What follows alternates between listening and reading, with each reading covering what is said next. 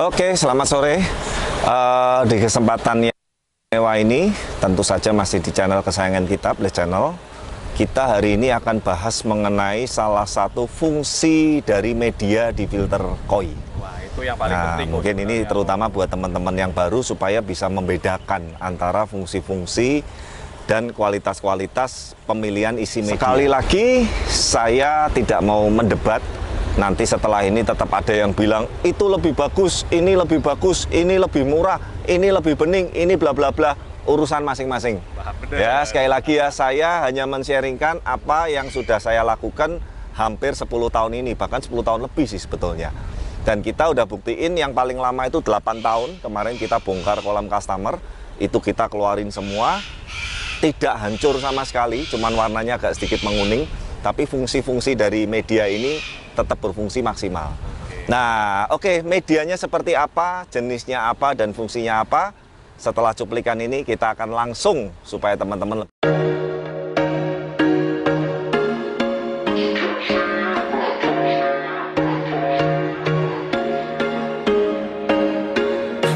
Once a day that I would pray for you, I'd go and misbehave just so you'd notice too. Sneaking looks up and down from across the room.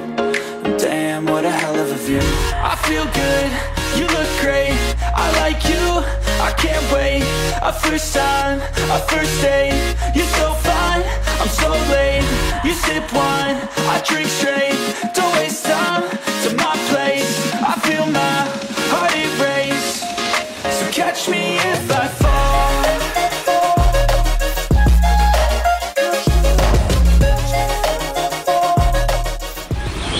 Oke, nah ini adalah media biologis, BioCube atau BioBlock.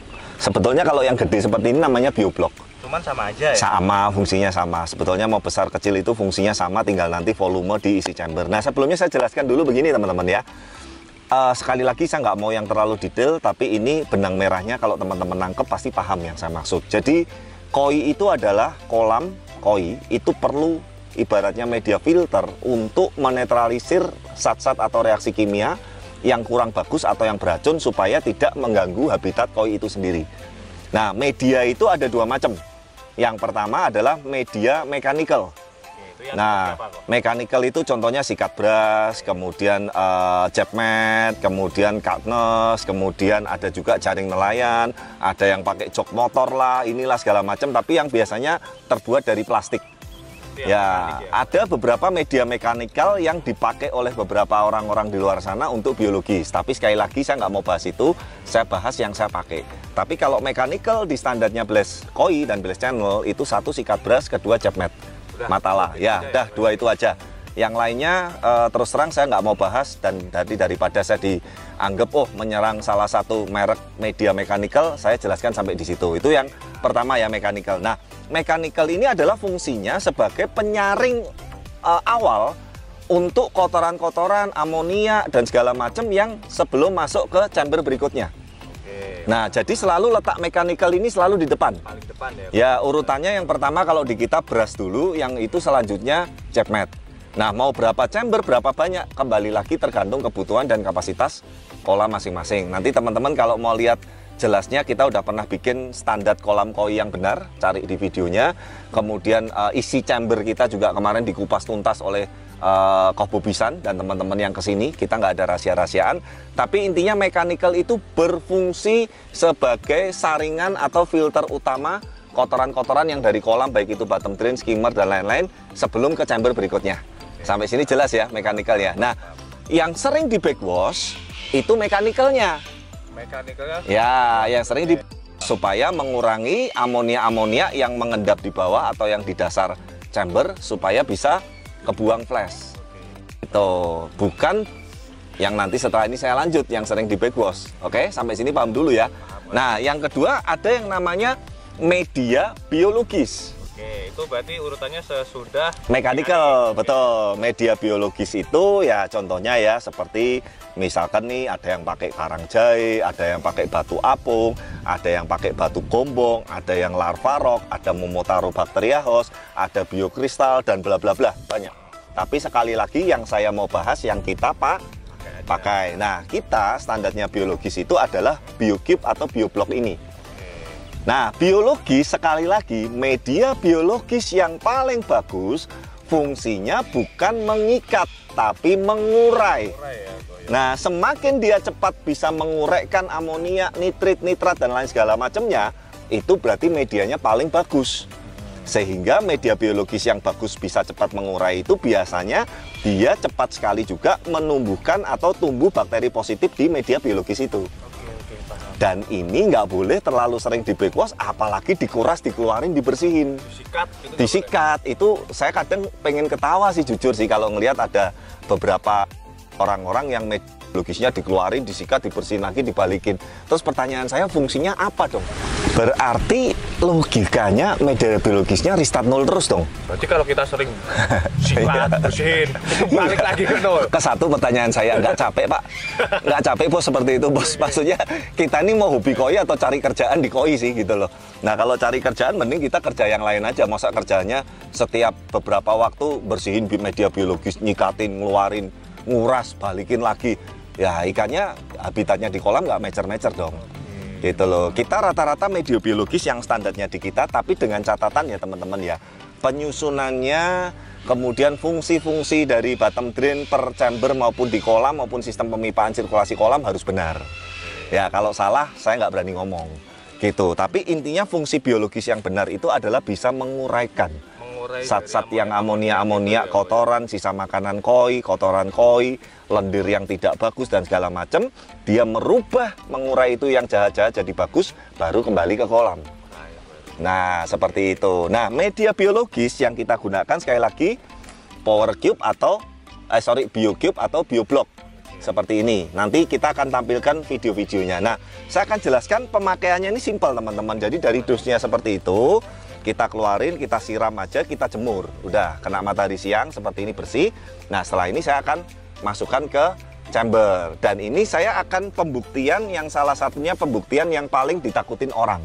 Jadi media biologi seperti ini disarankan ditaruh di media filter atau di chamber filter yang dia tidak moving. Oke, berarti yang stuck-stuck aja. Yang stuck-stuck aja, supaya ini nggak cepet hancur, nggak cepet habis kan. Tapi ini saya akan taruh di waterfall yang kucuran airnya 24 jam kenceng dan keras sekali. Kita lihat nanti habis atau kropos nggak, buktiin omongan saya. Nah, kelebihan-kelebihannya nanti salah satunya yang saya sering bahas adalah ya pori-porinya ini saat ini terbaik. Jadi pori-pori inilah yang nanti membuat rumah bakteri positif tumbuh, dan kalau kita butuh untuk bersihin dan segala macam ini gampang sekali. Nanti saya akan kasih demonya juga. Ya, kemudian kedua, ketahanan sekali nih. Ini saya banting nggak pecah nih. Tuh, lagi ya, di slow motion ya. Berarti nggak sampai hancur gitu. Nggak hancur, ini kan hanya tipis-tipis ininya karena ya namanya tapi kan dia nggak retak sama sekali loh, tuh lihat. Ya kan, nah makanya inilah yang saya suka. Jadi ini long life sepanjang masa nih. Kita paling lama, kita udah buktiin, sekali lagi saya nggak mau pakai teori, tapi dari kolam yang kita bangun di Semarang 8 tahun. Sampai bertahan. Iya, 8 tahun. Makanya kalau ada yang bilang, mahal Pak, ya kalau menurut saya murah. Nah itu yang kedua ya, masalah kekuatannya. Nah yang ketiga, ini tenggelam di air normal. Jadi nggak ngambang, nggak usah dikasih pemberat lah, nggak usah diganjel batu bata. Kadang saya ngeliatin ada chamber yang medianya ditumpukin pakai batu bata, batu kali, pemberat segala macam, ribet banget. Gitu, ini langsung tenggelam. Nah, penyerapan air dan tingkat apa ya ibaratnya, apa sih istilah bahasa ilmiahnya saya kurang tahu, tapi dia hampir no delay. Kita akan tunjukin melalui demo setelah ini, yuk. Apa nih kok? Nah nih ya, kita susun di sini, Mas Oin ambilin ember Mas, satu gayung aja Mas, ambilin air. Oh berarti nyusunnya itu kayak gitu kok? Ya terserah, kalau masalah penyusunan sebetulnya mau rapi atau mau dikarungin sih bebas. Nah ini lihat ya, ini saya ibaratkan ini, sebentar jangan dulu. Ini saya ibaratkan ini chamber, karena kan kalau kita chamber kan kita nggak bisa ngelihat secara utuhnya seperti ini. Ini ibaratnya chamber, di bawah chamber ini biasanya ada lubang yang untuk backwash seperti itu. Nah ini kita langsung siram Mas Oin, set, kita siram tuh, langsung airnya keluar, nggak ada delaynya sama sekali tuh, secepat itu dan selancar itu yang paling penting juga tuh ya. Nah sudah, nah yang salah satu yang saya buktiin ini untuk membuktikan ke tingkat kualitas dan ke padatan pori-porinya. Satu lagi, misalkan kita mau bersihin ini, nggak perlu dibongkar Norma. Anggap nih chamber nih, airnya udah habis kita buang, kita backwash ya, ambil gayung lagi satu. Nah ini karena kebetulan bersih ya, kalau kotor kelihatan banget. Nah kita siram langsung aja dari atas, ya udah nanti kotoran akan rontok ke bawah semua. Udah bersih lagi, nggak perlu kita keluarin, bersihin, disikat. Nah, seperti itu. Ya, ini salah satu contoh dari kelebihan-kelebihan dari BioCube atau BioBlock ini. Yuk, sekarang kita pasang di waterfall kolam 35 ton yang air terjunnya atau arusnya ini moving 24 jam. Ya, kita tunggu sebentar biar Mas Soyin siap-siap ya. Nah, ini Norma sekarang shoot dulu ya. Waterfall ini, aliran airnya, movingnya ini 24 jam. Nggak mungkin dong saya matiin. Kalau saya matiin berarti kan kolam saya nggak dapat asupan oksigen dan kolamnya nggak sirkulasi. Nah, kita taruh seperti ini aja teman-teman, simple. Tuh, langsung tenggelam. Tuh. Tuh. Hampir aja, licin. Tuh ya. Tadi itu dari keluarin itu berapa cuci lagi ya? Tadi kan kita cuci bilas, sudah kita jemur kemarin. Nah sehari aja cukup. Nunggu satu hari ya? Iya. Tuh, dan naruhnya juga nggak usah rapi-rapi, yang penting padat. Tuh langsung tenggelam. Iya.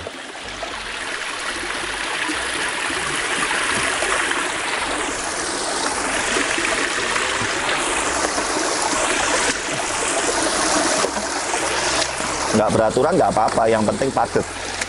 Tuh udah ya, tuh lihat ya, langsung kena air terjun terus ya, moving ya artinya ya. Dia nggak mungkin saya matiin karena ini moving ya. Ambil lagi Mas Soyin untuk sebelah sana Mas. Yuk.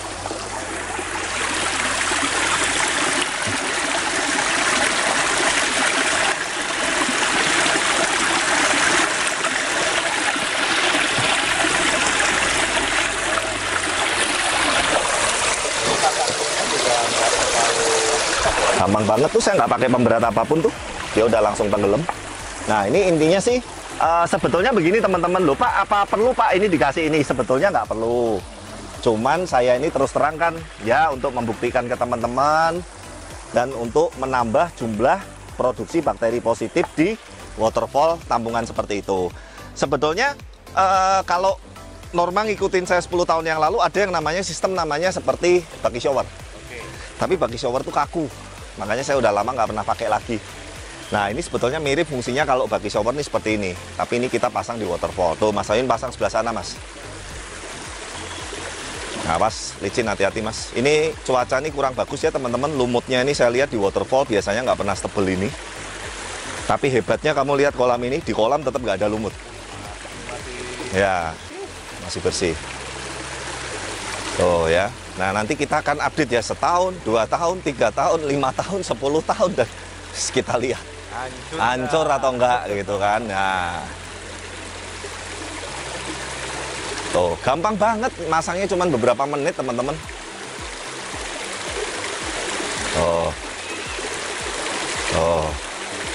Nah ini satu dus. Nah satu dus ini saya jelaskan isi 50 BioBlock seperti itu. Ukurannya satu medianya itu 10 kali 10 kali 5 cm ya tadi ya, 10 kali 10 kali 5 cm. Nah kurang lebih seperti itu, beres. Yuk kita shoot dari jauh.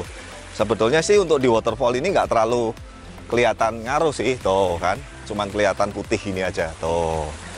Nanti lama-lama kan dia bisa warnanya berubah seperti waterfall itu. Nah lumayan nih, kita tadi barusan nyemplungin 2,2 juta nih. Ya. Nah sebetulnya ini nggak terlalu penting sih, cuman ini hanya untuk pembuktian ke teman-teman dan blessed people bahwa apa benar bahwa media biologis yang kita pilih untuk kita pakai ini benar-benar secara ketahanan dan kekuatan ini jangka panjang.